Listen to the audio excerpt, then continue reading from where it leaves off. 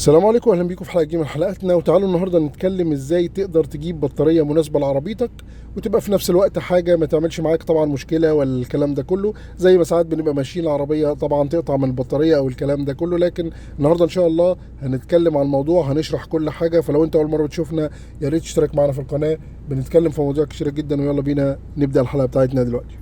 طبعا اهم حاجه وانت نازل تجيب بطاريه، اولا تكون محضر في دماغك كده ان انت البراند اللي انت هتجيبه او النوع اللي انت هتجيبه. ما تنزلش تعتمد على ان الراجل هيقول لك لا يا باشا ده انا عندي حاجه 100 100 وده تركي ده مش عارف كوري. مالكش دعوه بالموضوع ده خالص.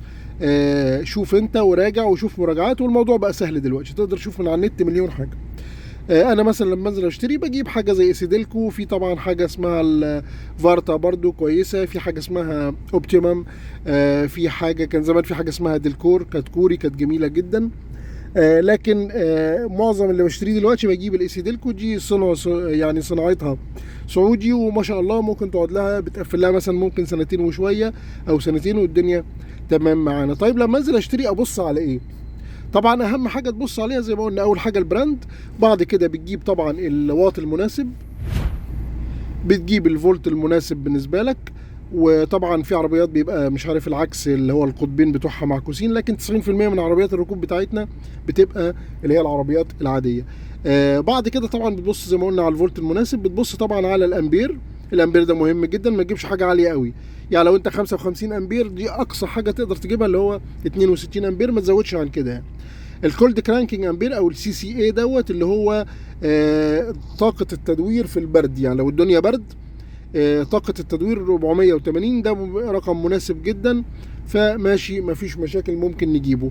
ال 110 ار سي ديت اللي هي لو مثلا الدينامو بتاعك باظ، البطاريه تقدر تمشيك من غير دينامو 110 دقيقه، فده عدد دقائق. فشوف في شويه ارقام تقدر تبص عليها. طبعا اهم حاجه، اهم مليون حاجه، اللي هي رقم التاريخ بتاعها. خلي بالك يعني ما تجيبش بطاريه قاعده بقى لها سنه مركونه على الرف، لا، حاول على الاقل تجيبها شهر شهرين والكلام ده كله. طب نعرف ازاي الحكايه؟ لان طبعا الراجل هيجيب لك الفاتوره فيها تاريخ اليوم. طب نعرف ازاي الحكايه؟ تعالوا اوريكم مكان بالظبط تعرفوا فيه الحكايه كلها. اول حاجه زي ما احنا شايفين كده اهوت، هتبص على الجزء دوت، الجزئيه دي بص زي ما انت شايف مكتوب عليها التاريخ على كتف البطاريه، زي ما الصناعيه بيقولوا اهو، مكتوب على كتف البطاريه اهو. ده الجزئيه دي هتلاقي بص زي ما انت شايف 9/25، يعني شهر 9 سنه 25. وفي نفس الوقت هتلاقيه هنا اهو برضو نفس الحكايه، هتلاقي مكتوب عليها. وطبعا دوت هتلاقيه مكتوب برضو على على العلبه بتاعه البطاريه، نفس الورقه دي هتلاقيها على العلبه، وهتلاقيها على البطاريه نفسها، وهتلاقيها هنا. ودول اهم ارقام تبص عليها. طبعا الراجل هيطلع لك واحده او هيطلع لك الفاتوره بتاريخ اليوم ويقول لك لا يا باشا ده بتاريخ النهارده، اقول له لا انا عايز ابص على كتف البطاريه او على جنب. بصوا ده محفور، فاستحاله انه يبقى فيه لعب.